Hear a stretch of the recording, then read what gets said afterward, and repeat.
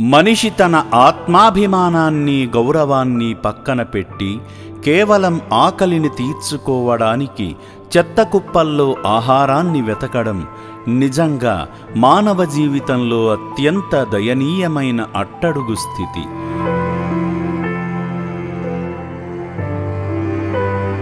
బ్రతుకు పోరాటంలో ఆకలి మంటలతో రోడ్లపై తిరుగుతున్న ఈ అభాగ్యుడిని గుర్తించిన ఆశ్రమ సిబ్బంది అతని వద్దకు వెళ్ళి నీళ్ళిచ్చి దాహాన్ని తీర్చారు.